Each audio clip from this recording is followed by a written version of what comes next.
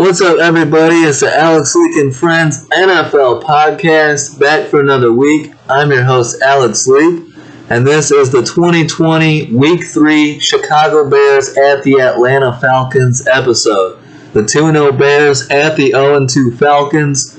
Week 3 of the season. The Bears somehow get out to 2-0 with a comeback win over the Lions in the fourth quarter. Somehow getting that win, and then surviving a late Giants comeback to defeat the Giants in Week 2. Some up and down play from Trubisky, some great, some not so great. So a big opportunity to go into Atlanta and get to 3-0.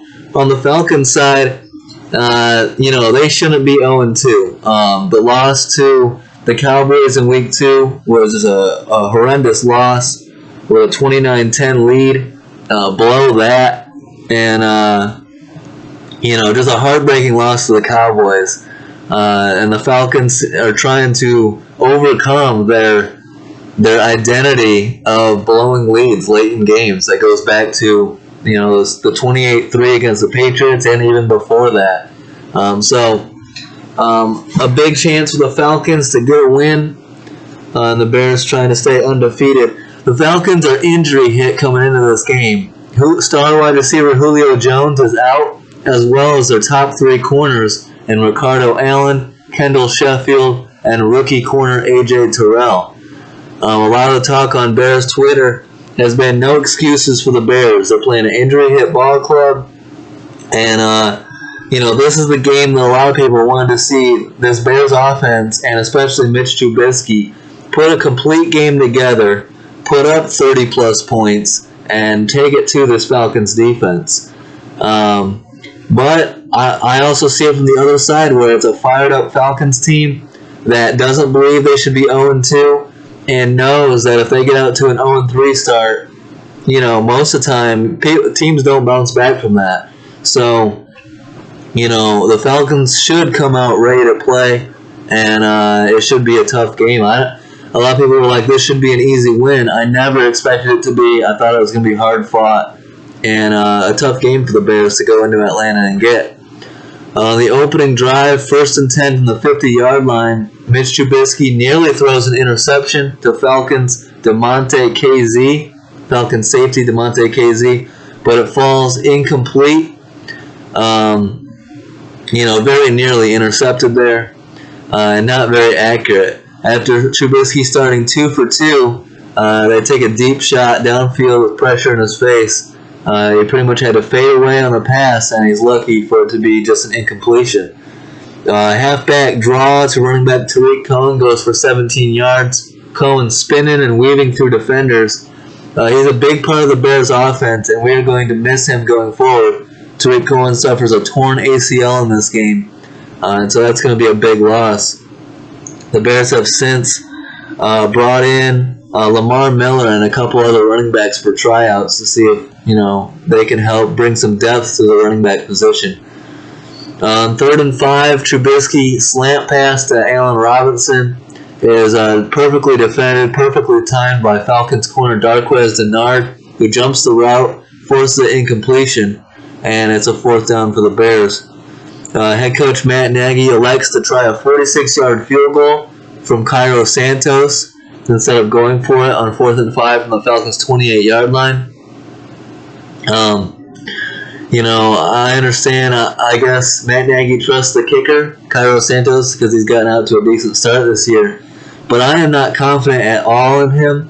I've seen plenty of Cairo Santos throughout his career, and he's very inconsistent. And I was not surprised at all when Santos missed the 46-yard field goal attempt. And to be honest, we were better off there going for it. But that's Matt Nagy's decision to trust the kicker. And doesn't work out.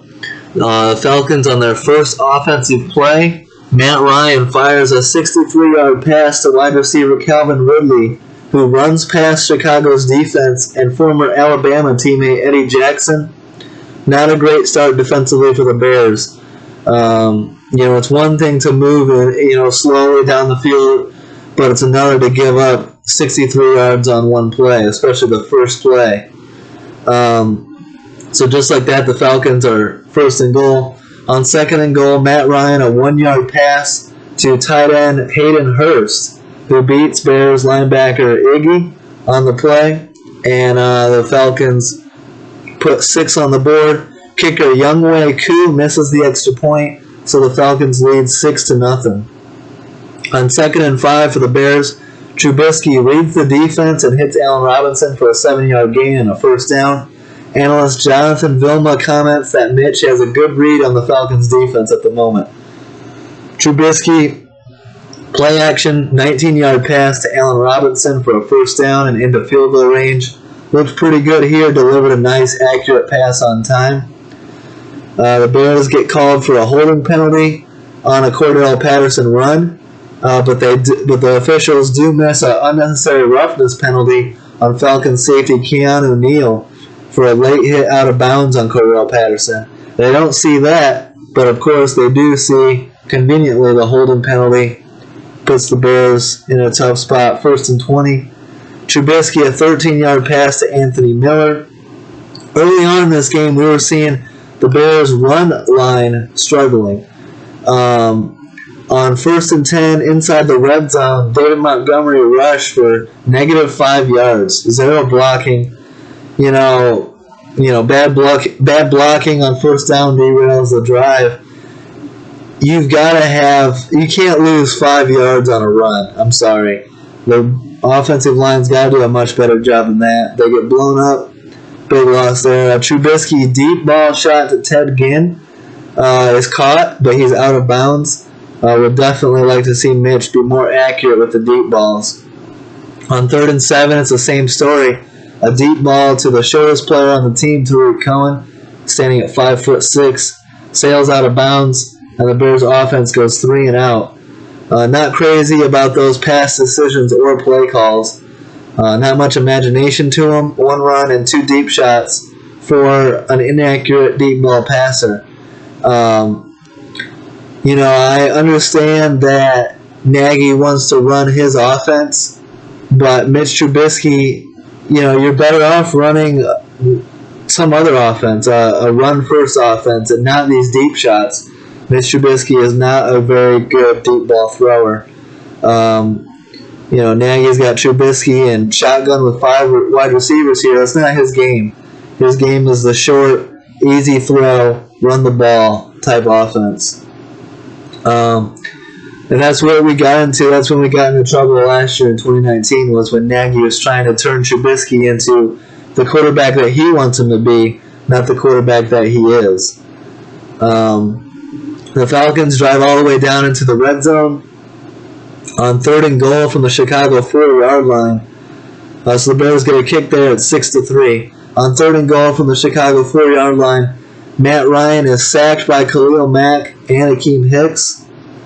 And the Falcons are forced to settle for a 29-yard field goal by Younghoe Koo, and the Falcons lead 9-3. On that sack, shit happens when you ask your tight end to block Khalil Mack. Never a good idea. When will these offensive coordinators learn that a tight end blocking Khalil Mack is almost an automatic sack? The Bears' run blocking continues to struggle. David Montgomery gets blown up for a 7-yard loss on a run. Unblocked linebacker Leroy Reynolds gets to him, forcing 2nd and 17. 12-yard pass from Trubisky to rookie wide receiver Darnell Mooney, who is very much impressed. He looks like a solid receiver. Good draft pick. Accurate throw by Trubisky to Mooney, and it's 3rd and 5. Good diving catch by Mooney. And then Trubisky put the ball in the exact spot, for it to make a good catch. Khalil Mack blows past Falcons right tackle Matt Gano and strip sacks Matt Ryan with a big hit. Unfortunately, the play is erased due to a roughing the passer penalty on defensive end Mario Edwards Jr. I can understand why they threw the flag, because Matt Ryan took a blow to the head, a helmet-to-helmet hit. But in Mario Edwards' defense, Matt Ryan is getting pulled down on the sack as he's diving for the hit. And you can't go head first if you're Mario Edwards Jr., but at the same time, it's hard for a defender to anticipate the quarterback getting pulled down into helmet-to-helmet contact. he's diving low, and the quarterback gets pulled down into that. So a tough call against the Bears, but I understand why the penalty flag was thrown. Matt Ryan nearly intercepted by Roquan Smith, a great defensive play to get a hand on his pass. And then Matt Ryan gets Khalil Mack to jump off sides on 3rd and 10. We're seeing a lot of this year with not much fan noise. The quarterbacks are using hard counts, whether it be on the road or at home, and it's working a lot more on these defenders because there isn't the crowd noise to drown out the hard count. The hard count is now much more audible, and the defenders are falling for it a lot more often. Falcons running back Brian Hill rushes for a 35-yard touchdown on 3rd and 5, and the Falcons extend their lead to 16-3. I was not happy when I saw this play. I hate to see our defense giving up big chunk plays like this.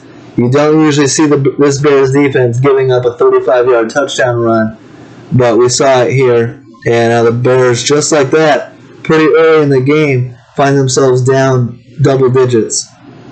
So, not a great start for the Bears.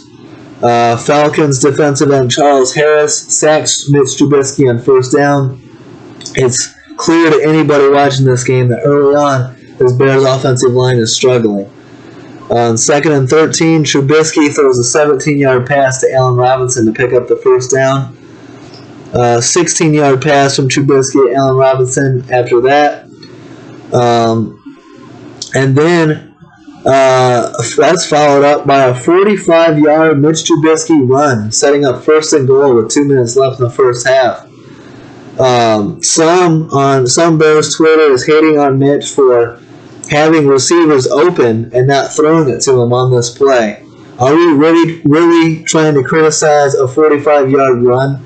I understand Anthony Miller is open, but Mitch sees the C's part on defense and sees a wide open alley to go run with it. I want Mitch Trubisky to run that play every time. He goes 45 yards downfield setting up 1st and goal. I have no beef with that decision. Trubisky caps the drive off with a 2-yard touchdown pass to tight end Jimmy Graham, cutting the Falcons' lead down to 16-10. A great drive to cut the lead down going into the half. Mitch made some plays and leads a touchdown drive when we needed it badly to get points to end the half. Bears defense forces 3 and out and gives the ball back to their offense with just over a minute left in the first half. So a great opportunity here for the Bears to go get, cut the lead down to even 3, or maybe even take the lead going into halftime. So a big opportunity. On 3rd and 2 with a minute left in the first half and 2 timeouts, Matt Nagy calls for a deep shot. Anthony Miller beats his defender. Trubisky just slightly overthrows him and forces a 4th down and a punt. First let me point out that Mitch absolutely has to hit this throw. You don't get many opportunities like this, and this is an opportunity to hit this pass and get a touchdown on the board. Anthony Miller beat his defender. No excuses, all right? Let me get that out of the way. But with Mitch Trubisky already to this point being 0 for 5 in the game on deep balls, and knowing that throughout his career, the deep ball is a major weakness of Mitch Trubisky's game. On 3rd and 2 with a drive to go get points to end the half, I would much prefer a higher percentage play call here on 3rd and short with plenty of time remaining and 2 timeouts. Mitch so far in this game is 80% on his short throws, short to intermediate. So let's call something short, something high percentage that gives you an opportunity to pick up 1st down and keep the drive going. Points to end the half here would have been huge. Instead, Matt Nagy calls a play with 2 guys running deep and not much else. Your really only 2 options are 2 deep routes.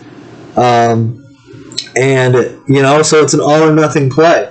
I would understand that. I'm all for that if you've got Russell Wilson or Aaron Rodgers over there. You don't. You've got Mitch Trubisky, who is already 0 for 5 in this game on the deep ball. I understand to be an NFL quarterback, you got to hit that throw. But if I'm the play caller here, I know that Trubisky sucks with the deep ball. I'm playing, I want a high percentage play. I don't care if I've got Aaron Rodgers. I want a high percentage throw here. And I just want to keep the drive going. So I'm more likely to have a short, quick throw here, a short throw, a safe play, high percentage play to just get 3, 4, 5 yards and keep the drive going. I'm okay with Nagy having Mitch Trubisky take a deep shot, throw a deep ball, but I'd much prefer it on 1st and 10 or 2nd and short when there's less on that one play. On 3rd and 2 there, if it's incomplete like it was, then you're forced to punt the ball. So that's my gripe with that. So the Bears don't get any points. We go into halftime. Falcons lead 16-10. So for the guys that are wanting to see this Bears offense march up and down the field and Trubisky have a complete game against this injury-hit secondary, you're not seeing it so far. Okay, I understand that. Only 10 points to show for it, and Mitch Trubisky hasn't been elite, hasn't been as good as you wanted. But we always talk about Mitch using his legs, so we have to like the 45-yard run, and we have to like some of the things we have seen from Mitch, even though he's not perfect.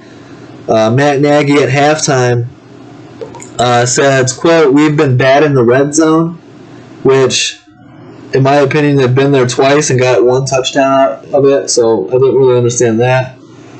And then says that the defense has done us no favors with the penalties. I don't. For everyone that says Matt Nagy is a player's first coach, I don't see much of it. He's taken shots at his defense repeatedly. He did it, I don't know why. He's repeatedly not had his quarterback's back. He doesn't have Trubisky's back, in my opinion. And, I would like to see more support for his guys, especially on defense. So taking responsibility for some of the play calls as to why we don't have more points at halftime. I want my head coach to be a leader and have his players back. For all this talk about Matt Nagy being a player's first coach, I don't always see it. So I've got my reservations on Matt Nagy still. So we start the second half on 3rd and 2. Defensive tackle Akeem Hicks gets to Matt Ryan as he's throwing the ball and takes him to the ground. The officials throw a flag for roughing the passer with a, quote, landing with full body weight on the quarterback is the exact quote from the official. Is this really a penalty? Are we still doing this? Ask yourselves this. Are we really asking 320-pound Akeem Hicks to adjust where he lands while rushing these elite quarterbacks? It's hard enough to get a quarterback like Matt Ryan to stop him from throwing 400 yards and 4 touchdowns on your head without penalizing the defender for landing on a quarterback. In my opinion, if a player is on the field, he should be fair game just like any other player. All this, you can't touch a quarterback like this, you can't touch a quarterback like this, you can't land with your body weight on the quarterback is a effing joke. And if we're going to treat quarterbacks like punters and kickers, then we might as well be playing flag football back there, in my opinion. I don't like it. We need more common sense and more former players in these NFL officiating and NFL and rule creation rooms. To this penalty, I say, like the Monday Night Football crew, come on, man. Falcons win 2 yards on a draw, and the draw play is definitely hurting the Bears' defense in this game. Brian Hill touchdown was on a draw, and the Bears' run defense against the draw is struggling. On the next play, Matt Ryan, 24-yard pass to Calvin Ridley, sets up 1st and goal. The Falcons' offense gashing the Bears' defense to start the second half. First possession of the second half, they're doing this same thing as the first possession of the game. We saw this a little bit in the Bears-Lions game, where the Bears allow a touchdown to start the second half to put them down 2 scores, and that's when Khalil Mack brought the defense together on the sideline and was very vocal, saying we need to step the hell up, we need to play better, and help this offense out. So just like that, next play, Todd Gurley goes for a 10-yard touchdown while stiff-arming Bears safety Eddie Jackson on the way in, and the Falcons take a 23-10 lead. So same scenario as against Detroit. Bears are down 2 scores to start the second half. So they'll need another second half comeback to pull this one out. Looking at it at this point, how are we grading the Bears defense? Not that great. Giving up 23 points, allowing rushes, allowing big plays. The Bears offense absolutely needs to do better, but the Bears defense could play better as well. I'm a huge fan of this Bears defense. I'm not trying to hate on them, but they could do a little bit better. I think we can all agree on that. And so could the offense. So get that out of the way. Cordell Patterson provides a spark on a kick return, breaking a couple tackles, getting out near midfield. Cordell Patterson appreciation moment here on the podcast. Patterson is such a special talent for this team. Second only to Gale Sayers, R.I.P. Gale, in kick return average for his career. So pretty special to be only in the same conversation as Gale Sayers in kick return average. Cordell Patterson, a great player and even a solid GM. This whole offseason and season, Patterson's been trying to convince players to join the team and vouching for contract extensions. He's versatile as hell on the field, can be used in special teams, receiving, rushing, just an absolute weapon, and I hope we keep Cordell Patterson here in Chicago as long as possible. On 2nd and 5, the Bears hand it off to David Montgomery, who is met in the backfield as soon as he gets the ball. Montgomery breaks a couple tackles to stay alive, but still loses 3 yards on the play. Could have been 7 or 8, though. Bears' run blocking today has been abysmal, and so we're lucky. It's understandable the way the Bears' O-line has played that we're down 2 scores. On 3rd and 8, Trubisky with a pass to an unsuspecting Jimmy Graham is intercepted by Falcons corner Bleedy Ray Wilson and returned to the Bears' 19-yard line. Mitch Trubisky with a touchdown-saving tackle at the 19. But this is one of those passes that gives people the ammunition to say that Mitch cannot read defenses. It appears that Mitch is thinking that the Falcons' defense is still in man here. They are in zone. Graham sees the defender coming, so he cuts his route off, not really looking for the ball. And Trubisky forces it there, doesn't see the defender, and gets picked off. Meanwhile, on this play, if you look to the left a little bit and further down the field, you'll see that wide receiver 1, Allen Robinson, was wide open and for the first down. Mitch has got to get past his first read here and see Robinson wide open and get him the ball. But this is a reckless pass into coverage and not understanding the defense. So this play right here feeds the critics. The guys who say Mitch can't read a defense, he's a one-read guy. There's the ammunition right there. I think I'm much more on the side that Mitch can read a defense. Mitch can progress past one read. He's just inconsistent and not quite there. I think we all agree that Mitch's footwork and Mitch's quarterback play has been better this season so far, but it's still not where you want it to be. Bears defense steps up, and the Falcons take over at the Chicago 19-yard line in great position to get some more points, add to their lead. Bears defense steps up after the interception and forces the Falcons to go 3 and out. And I saw someone say on Twitter that the Bears defense only stepped up once Foles came in. Like, they don't believe in Mitch, which I'm going to call bullshit on because they stepped up against the Giants. They stepped up against the Lions, both with Mitch Trubisky in the game. They step up here after a Mitch Trubisky interception, hold the Falcons to 3 points.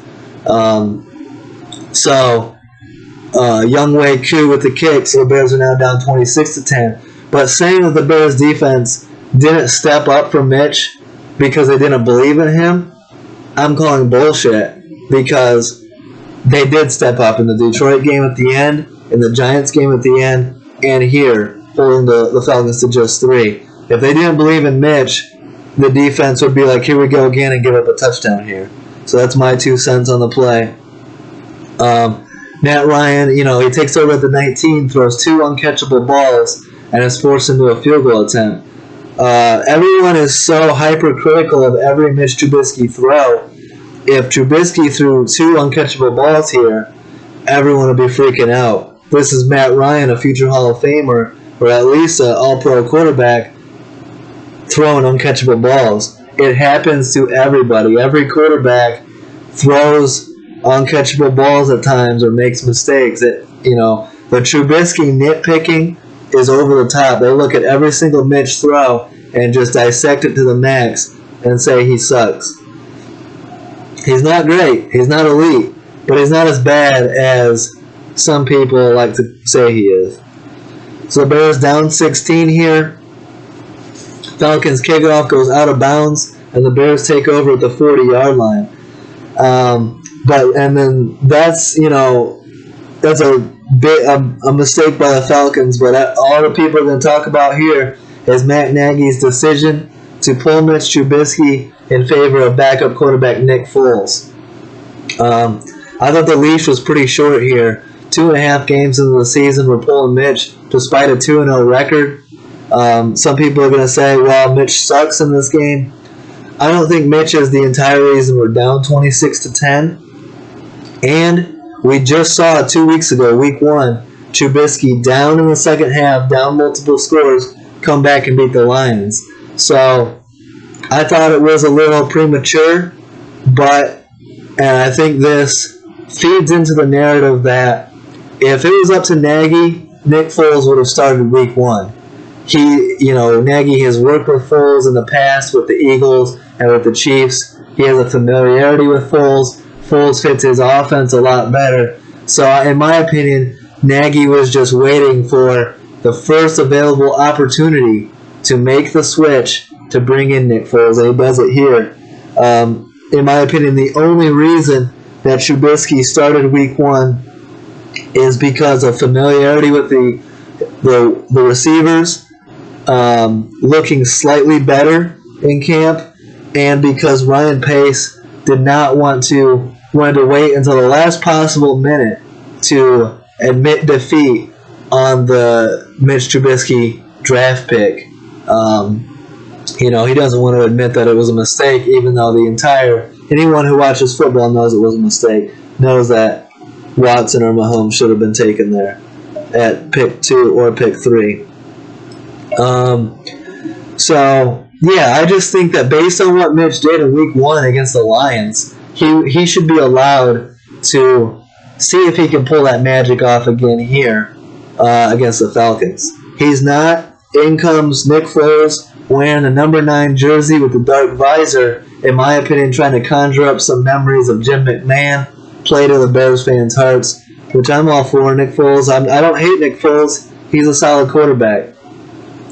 Foles comes in. His first pass is 11 yards to Jimmy Graham for a first down.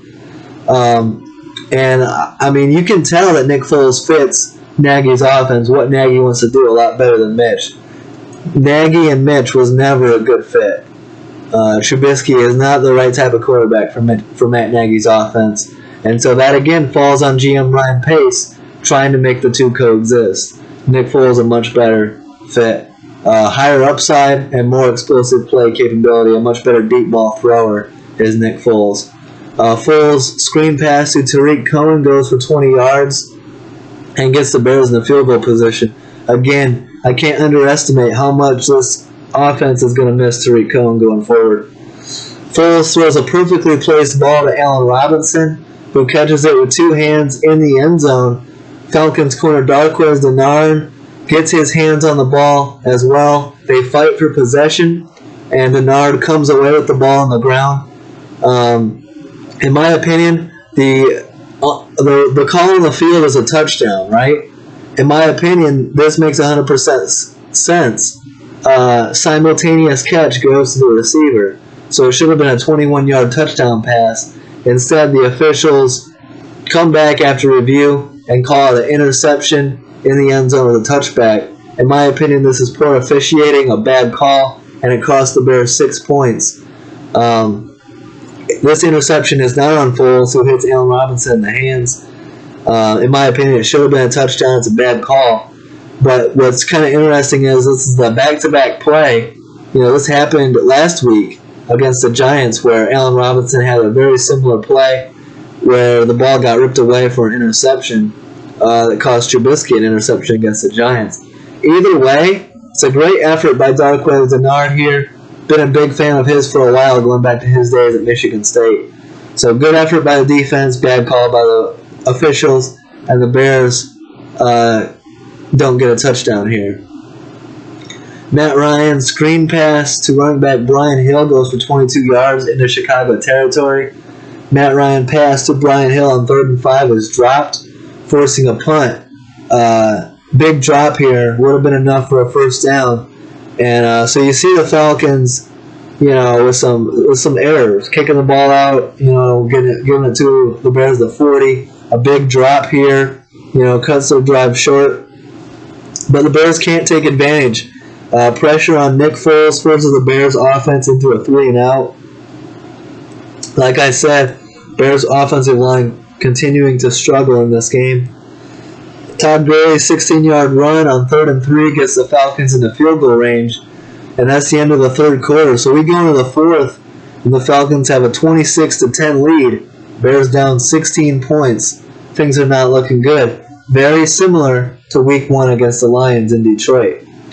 A sack by defensive tackle Akeem Hicks on Matt Ryan forces a long field goal attempt. Kicker Younghoe Koo misses a 48-yarder. A big stop by the Bears defense keeps it a 2-score game, and now the Falcons have 2 missed opportunities to extend their lead. Small details like this, 3rd down drop, taking a sack to make for a longer field goal attempt, those small details determine wins and losses, and the Falcons have quite a few of these small details that cost them in this game. A 15-yard penalty on Falcons linebacker Leroy Reynolds, grabbing under the back of the helmet to make a tackle on Allen Robinson. So there's a big penalty. Pass deep downfield by Foles to rookie Darnell Mooney. Hits him in the hands, but again, a great defensive play by Darqueze Dennard to force the incompletion. Bears flagged for illegal shift on the play, but instead of keeping it 4th and 3, Falcons head coach Dan Quinn elects to accept a penalty and forces it to 3rd and 8. Weird decision here. I'm almost always wanting the 4th down, but maybe he thinks the Bears would go for it.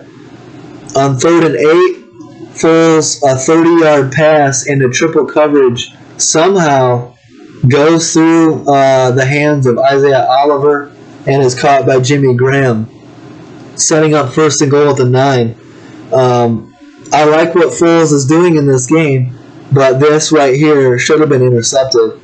Reckless throw into triple coverage and should have been picked off by corner Isaiah Oliver. But it works out for the Bears. I'm not complaining, and it sets up 1st and goal.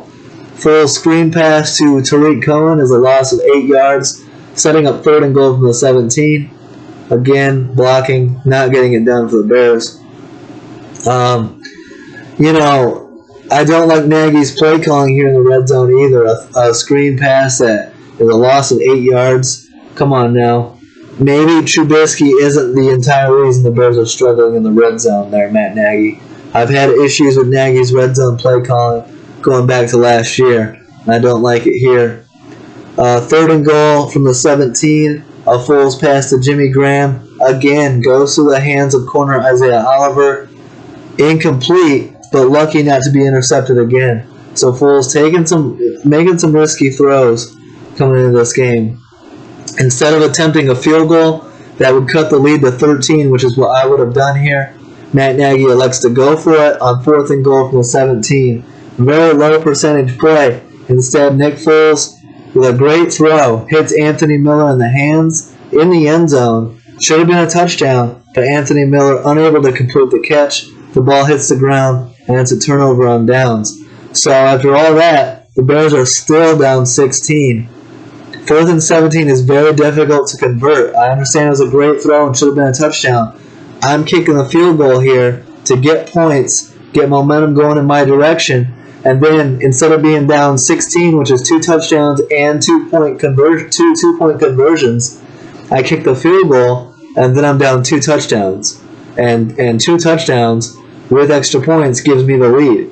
So I don't like the decision here by Nagy. It should have been a touchdown regardless, but it's a drop. Miller can't hang on. And right now, after all that, still being down 16, I don't know how the Falcons blow this game. The Bears have no business winning this one. Matt Ryan, deep shot to wide receiver Olamide Zaccheaus, just misses him. The receiver had the defender beat, but Matt Ryan overshoots him. And this play is very similar to the one, almost the exact same play that Trubisky missed Anthony Miller before the half. Yet, because it's Matt Ryan, we don't overanalyze this throw and throw our hands up in the air and say he's a trash quarterback. Deep passes are low percentage plays. I don't care if you've got Patrick Mahomes. They don't always happen. Patrick Mahomes overthrows receivers from time to time. So the over-analyzing of every Mitch Trubisky throw, I think, is, over the line. I understand it because he sucks and people want to figure out why. But, facts that Trubisky isn't a great deep ball thrower. Completely understandable. But to criticize him for not hitting Anthony Miller and say, that's a play we got to have. Understandable, but it happens. And Matt Ryan does it here. Unfortunate, and everyone's going to say Matt Ryan's a great quarterback, right?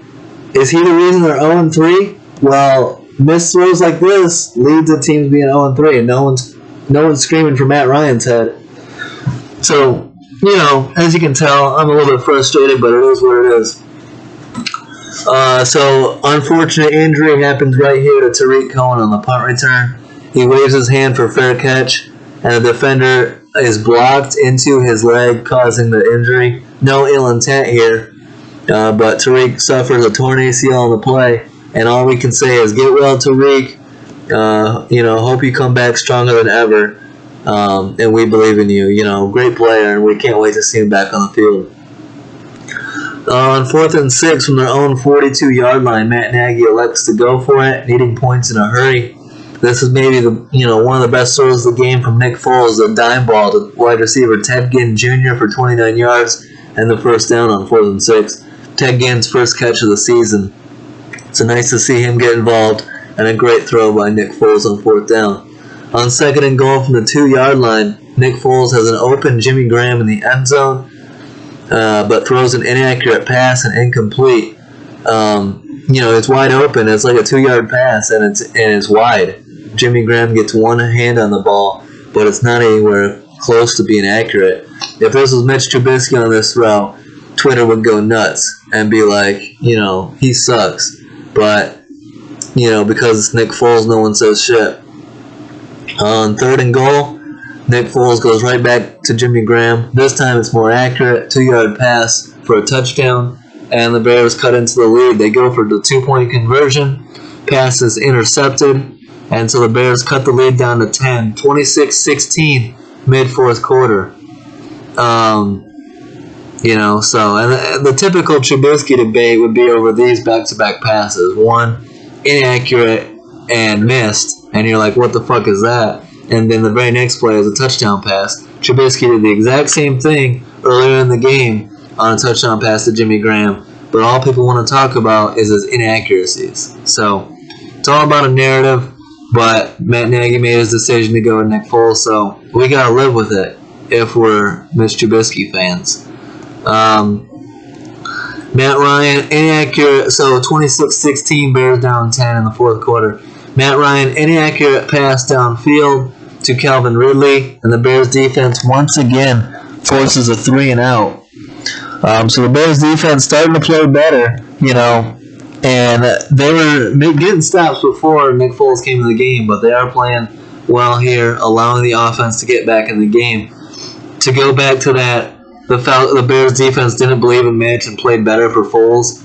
Again, I don't think it's false. I think the defense plays better when they know the game is on the line and they need to bail out the offense, regardless of who's back there at quarterback.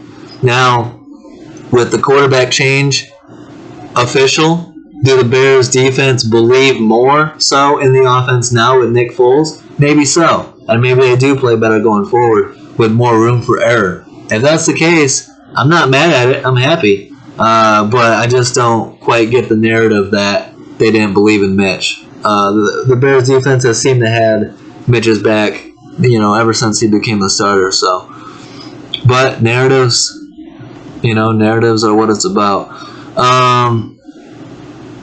The Bears defense forced a 3-and-out, and you could feel the momentum swinging down 10 here. They're starting to cut into the lead. And if you're the Falcons, after blowing a 19-point lead against the Cowboys the week before, the players and everyone starts thinking, like, here we go again. Here we go, blowing the lead again.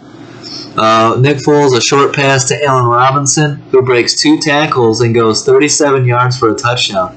Bears cut the lead to 26-23 with over 4 minutes left in the game. Great effort by Allen Robinson here to break the tackles, refuse to be brought down and score on the play. But if you're a Falcons fan, poor tackling by your banged-up secondary, and you're starting to see it, at this point, down 3, you're like, here we go again, officially. This game, there's no way we're winning this game now. And the Bears have full momentum going. Bears defensive line getting pressure on Matt Ryan. Again, forces a 3-and-out.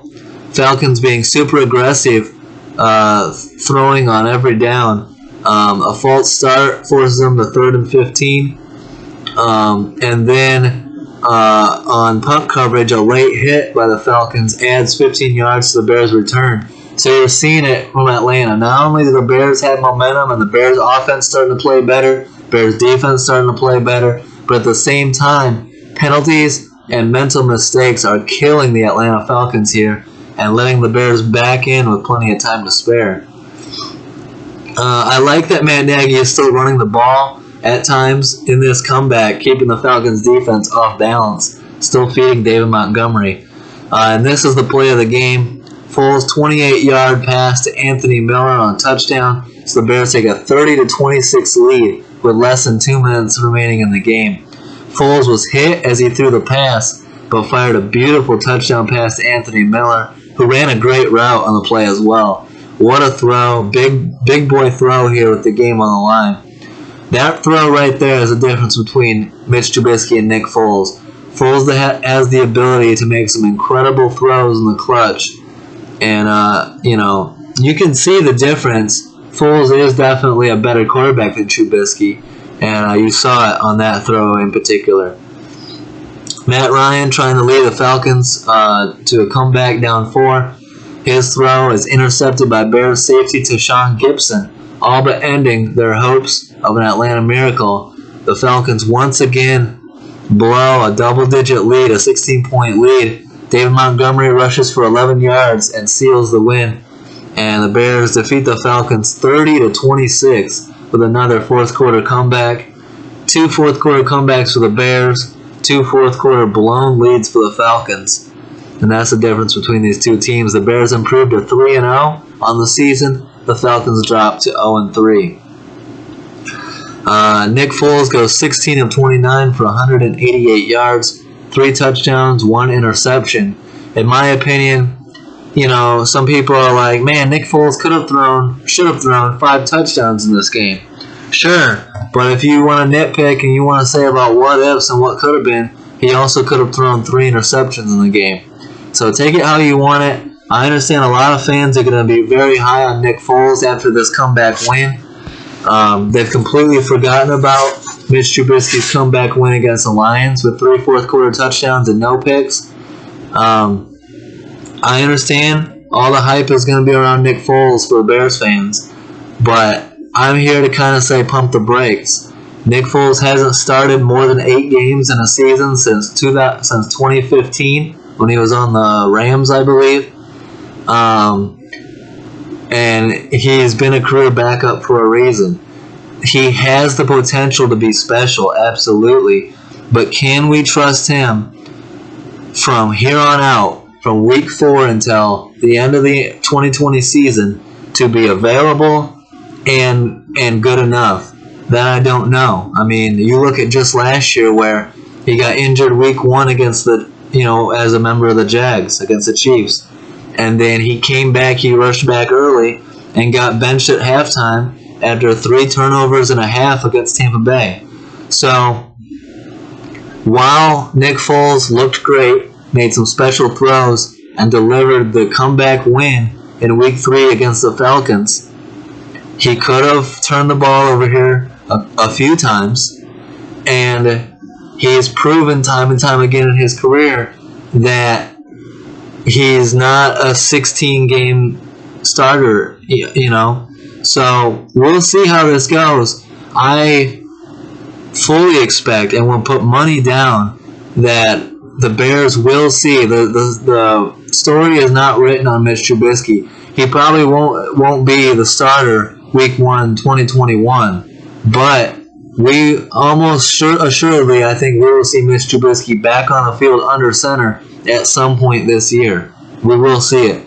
Whether it be performance play by Nick Foles that isn't where we want it to be, or injury that knocks Nick Foles out for, I'm not wishing injury on anybody. I'm just looking at his history of games played, availability in a full season. So we'll see, but I do expect to see Mitch back at some point.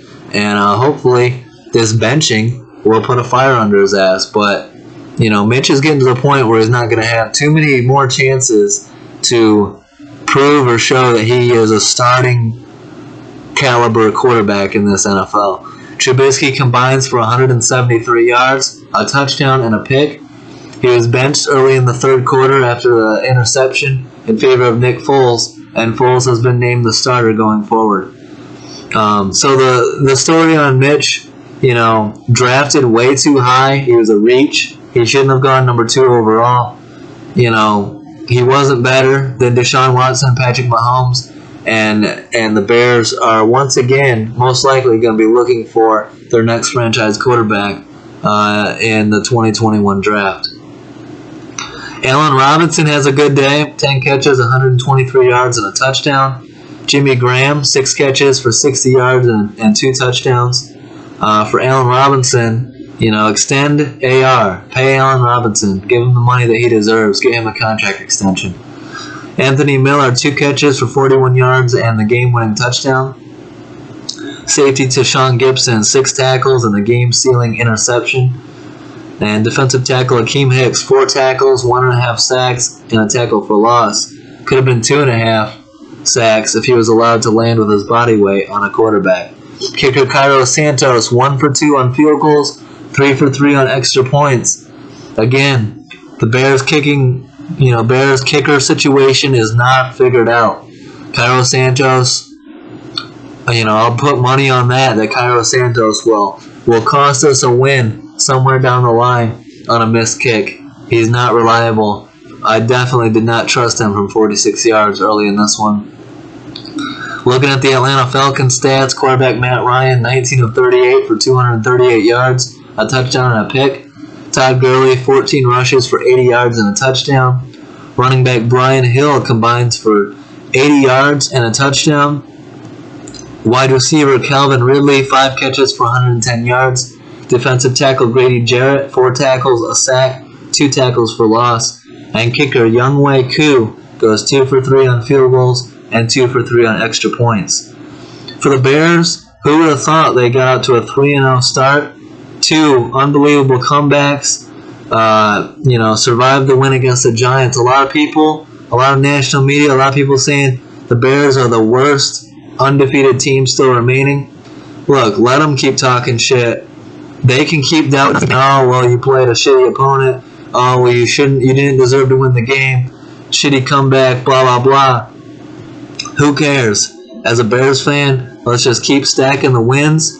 We got an opportunity on Sunday at home against Phillip Rivers and the Colts. If we can find a way to get that win, get to 4-0, and keep rolling this momentum to start the year, getting out to the hottest start as possible, My hope is that we can get to 4-0 and go 4-0 into Thursday night, national TV, prime time against the GOAT, Tom Brady, Rob Gronkowski, and those Tampa Bay Bucks in Week 5. So, great start for the Bears. Hosting the Colts on Sunday, I got the Bears getting to 4-0 with a win there.